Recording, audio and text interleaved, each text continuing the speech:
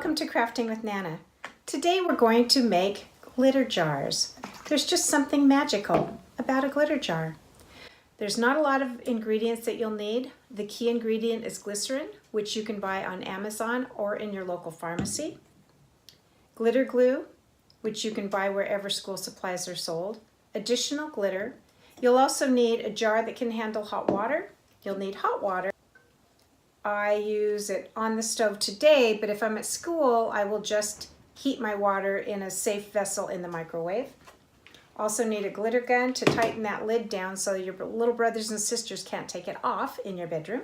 And you'll need a towel to hold that jar when it's hot. Typically, I do buy my supplies off of Amazon, and I will provide a link in the description box below. So let's get right to it. The first thing you're going to do is add glitter to your jar. I like purple and I like red, so we'll put a few dollops in here of each. These do come in a variety of colors, and the package that you can buy off of Amazon has several colors in it. So just choose whatever colors you like. It can be a solid color or a mixture. The mixture is kind of fun, I think. And I typically, in a jar this size, will put, this is a pint mason jar, I will put maybe 5 blobs of glue. Nanas don't measure anything. Then you're going to add the hot water.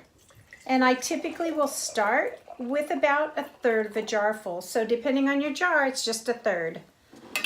Put that lid on nice and tight. Again, if I'm working with younger students at school, I tighten the lid so we don't have that accident occurring. And grab it with a towel. That protects their hands. I'm not sure that I'm a fan of this lid because water is popping out as I'm shaking it. The hotter your water, the quicker the glue will dissolve. That's the point of hot water. You need all of the glue to dissolve, leaving only the color and the glitter behind.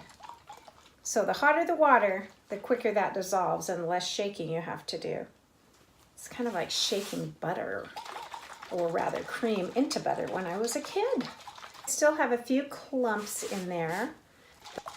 I'm really glad I brought this towel. I'm definitely leaking water here. Often when you're using a mason jar, you can get actual lids and then just the mason jar ring. But if you're buying something at maybe the dollar store, or you have an old pickle jar or something around the house, that'll work just fine. Just make sure you get those labels off so all that you'll see is the glitter when you're done. So as you can see, I've got some good color in here for the water, but not a lot of glitter. That's why I like to have extra glitter on hand. So I can just tap some glitter in there. Again, I never measure, so whatever looks good to you.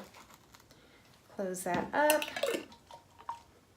And you can see I've got some really nice color now, but it looks like maybe I need just a little bit more water so that my glitter will settle. So add a little more water. It's nice if the water's still warm, but you have dissolved the glue, so you should be okay if it's not. Shake that up. Now, the trick to a good glitter jar is the glycerin. You want to add enough glycerin to slow the movement of the water down. Glycerin thickens that water a little bit. I add probably, for those of you who like to measure, about between a teaspoon and a tablespoon, again, depending on the size of your jar. Then, when you shake it, you'll see that you just have some nice, slow movement of the glitter within the jar. That's going to take a while to settle, and that's really all there is to making a fabulous glitter jar to wow your family and friends. The very last step though, and I don't want you to forget this, dry the lid out nice, add that glue and just put it around the top, because what's going to happen is that's going to seal on your jar, and then your jar lid is not going to be able to be unwound. Another reason to have that towel. That lid got a little hot. So there you have it, a quick, simple, and easy glitter jar. Made with very simple ingredients, things that you can buy over the counter at your local store or order off of Amazon.